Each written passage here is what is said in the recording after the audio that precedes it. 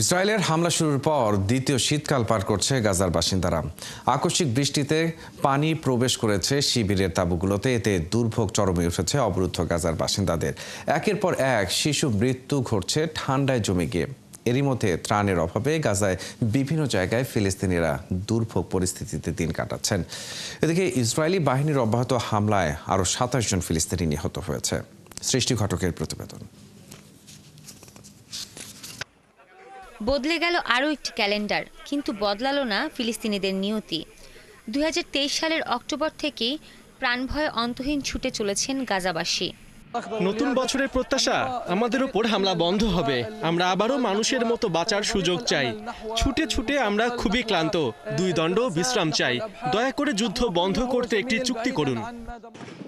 নতুন বছরের প্রথম ক্ষণেও রেহাই পায়নি গাজাবাসী। রাতভর উত্তর গাজার বিভিন্ন জায়গায় হামলা চালায় ইসরায়েলি সেনারা।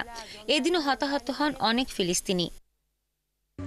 এরই মধ্যে দুর্ভোগের নতুন নাম যুক্ত হয়েছে তীব্র বৃষ্টি আর বন্যা। গাজার দেইর আল বালাহ এলাকার আশেপাশের তাঁবুগুলোর বেশিরভাগই কয়েক মাসের ব্যবহারে ছিন্ন ভিন্ন হয়ে গেছে। প্রবল বাতাস এবং বৃষ্টিতে উড়ে গেছে বা প্লাবিত হয়েছে। ঘুমের মধ্যেই তাঁবুতে পানি ঢোকে আর আমরা পুরো ভিজে যাই। একটাই পোশাক থাকায় শীতের মধ্যে শরীরেই ভেজা কাপড় শুকাতে হয়েছে। বাচ্চাদের ভয়াবহ ঠান্ডা লেগে গেছে।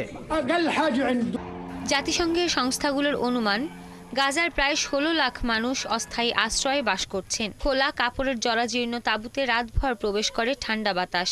এরই মধ্যে আকস্মিক বৃষ্টিতে প্রায় ৫ লাখ মানুষ বন্যা পরিস্থিতিতে পড়েছে। গাজার কর্তৃপক্ষ জানিয়েছে, উপত্যকার লোকজন যে ১,৩৫,০০০ তাঁবুতে আশ্রয় নিয়েছেন, সেগুলোর মধ্যে প্রায় ১,১০,০০০ই জরাজীর্ণ বা ব্যবহারের উপযোগী নয়। এদিকে নতুন বছরের শুরুর দিনে গাজার মধ্যাঞ্চল থেকে ইসরায়েলি রকেট ছুড়েছে হামাস। আইডিএফ বলেছে, তারা ক্ষেপণাস্ত্র বিধ্বংসী ব্যবস্থা আয়রন ডোম ব্যবহার করে একটি রকেট প্রতিরোধ করেছে, আর অপর রকেটটি খোলা জায়গায় পড়ে বিধ্বস্ত হয়েছে। তবে এ ঘটনায় কেউ হতাহত হননি। সৃষ্টি ঘটক, ৭১।